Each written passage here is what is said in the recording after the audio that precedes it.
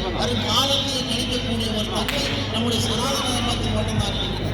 அது எந்த மாற்றம் சரியான நேரத்தை அந்த குழந்தைக்கு வந்து சரியான நேரத்தை நீங்கள் எடுத்து கொடுத்தீர்கள் சொன்னால் அந்த குழந்தைகளுடைய ஆயுசு வரையிலும் நிர்ணயிக்கக்கூடிய ஒரு சக்தி நம்முடைய சனாதன தர்மத்தில் இருக்கிறது. வேறு ஏதாவது ஒரு வழிபாட்டு முறைகளாக வந்து அப்படிப்பட்ட ஒரு திறமையான சக்தி இருக்கிறதா? அதுதான் நம்முடைய விஞ்ஞானம் என்பது.